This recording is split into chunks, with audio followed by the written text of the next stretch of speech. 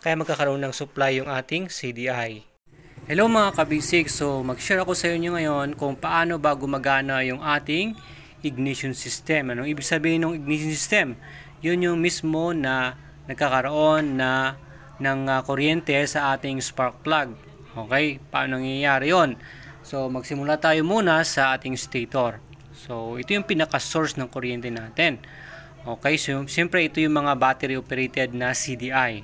Okay, ayan, so unang-una dito sa stator natin, ito yung natin kuryente ng ating motor. Unang-una, syempre yung pulsar natin, hindi mawala yan, yung blue na may stripe na white, nagka-timing ng ating kuryente, yan.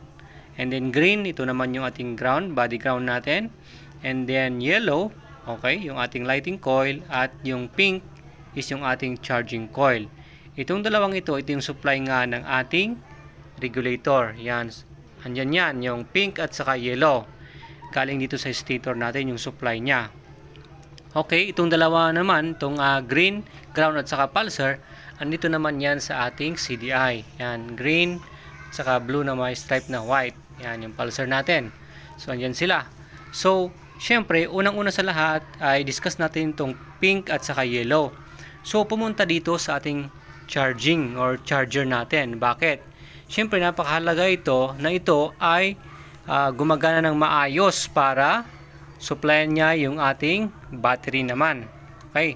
So ngayon, pagpasok nito ng ating pink at saka yellow sa ating charging, yung supply nilang AC, no, alternating current, ko-convert ng ating regulator ng DC, direct current, na kung saan nalabas siya 13 or 14 volts, depende sa ating charging. Itong ating red na ito na yung papunta sa ating battery.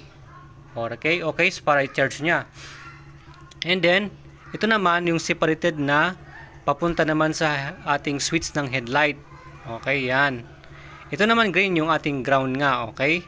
Yan, so ito yung supply, red papuntang battery, at saka itong battery kasi natin, syempre, yung connection niya, naka-series yan. Okay, parehas sila dito, no? Kakonekta dyan, and then, meron naman yung ating papunta sa ating ignition switch natin.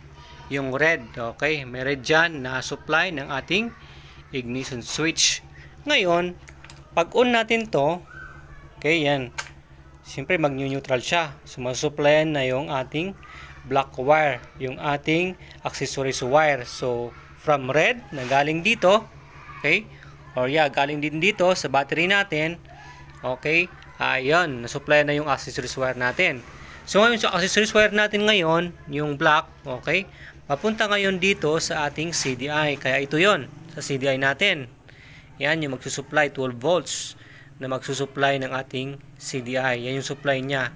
So pag i-measure natin to ng multimeter tester natin, may 12 volts yan. Direct yan na galing sa battery natin.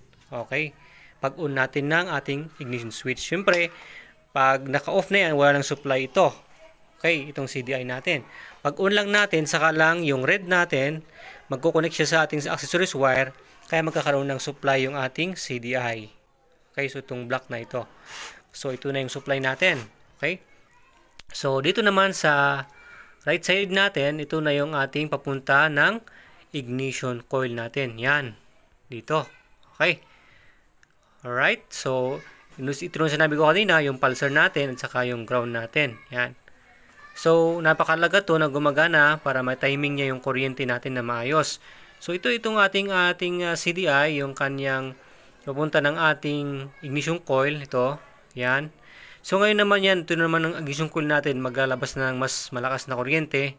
Ayan, ito yung ground niya. Okay, yan. Naka-body ground yan.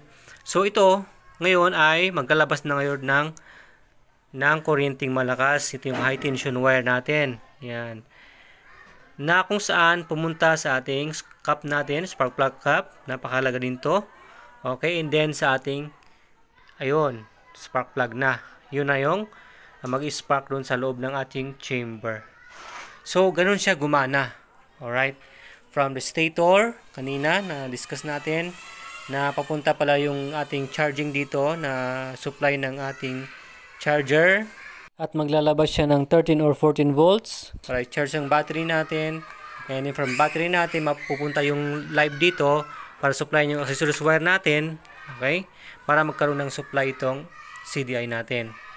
And then, sakto mag-work naman itong ating CDI para ibato naman niya yung kuryente dito sa ating ignition coil hanggang doon sa spark plug natin. Alright? So, I hope na meron tayong something natutunan sa ating sharing sa battery drive na CDI. Okay? Iba naman sa stator drive. Alright? Thanks for watching. Please like, share, and follow our Facebook page. And syempre, meron tayong YouTube channel, Motorcycle Basic Mechanic din. Alright?